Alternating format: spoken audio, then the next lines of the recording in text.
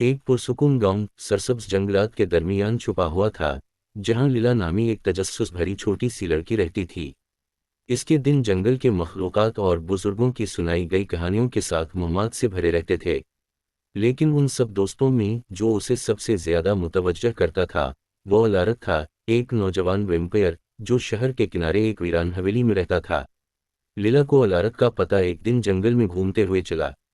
एक धुंधली शाम में वो पुरानी हवेली के पास पहुंची, जहां एक ऊंची खिड़की से निकलती मध्यम रोशनी ने उसे अपनी तरफ खींचा। तजस्सुस से मगलूब होकर वो करीब गई और अलारक को छत पर बैठा हुआ पाया।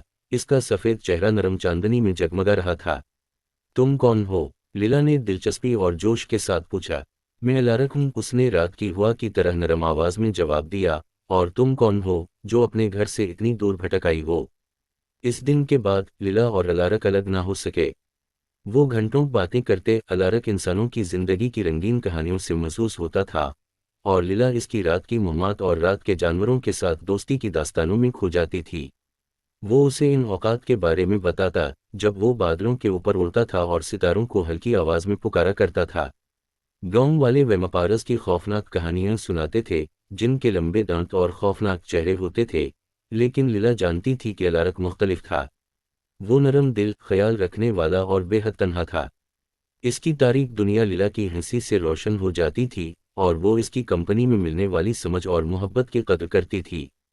ताहम उनकी दोस्ती में एक मोड़ आया, जब एक दिन लीला ने अलारक को परेशान पाया। इसकी चमकदार आंखें मध्यम थीं, और उसकी आवाज़ में परेशानी की झलक थी।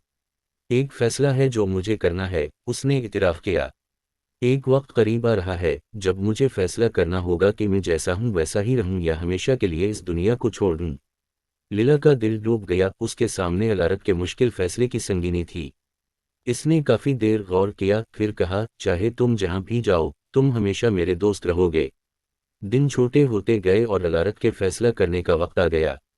इसने रुकने का फैसला किया, इंसानों की दुनिया की कहानियों और रंगों से मशहूर होकर। लीला के साथ ग्राउंड में जिंदगी कभी तन्हा ना थी, क्योंकि हर दिन एक नई कहानी लिखने और एक नई मुहिम जोई को अपनाने के लिए था।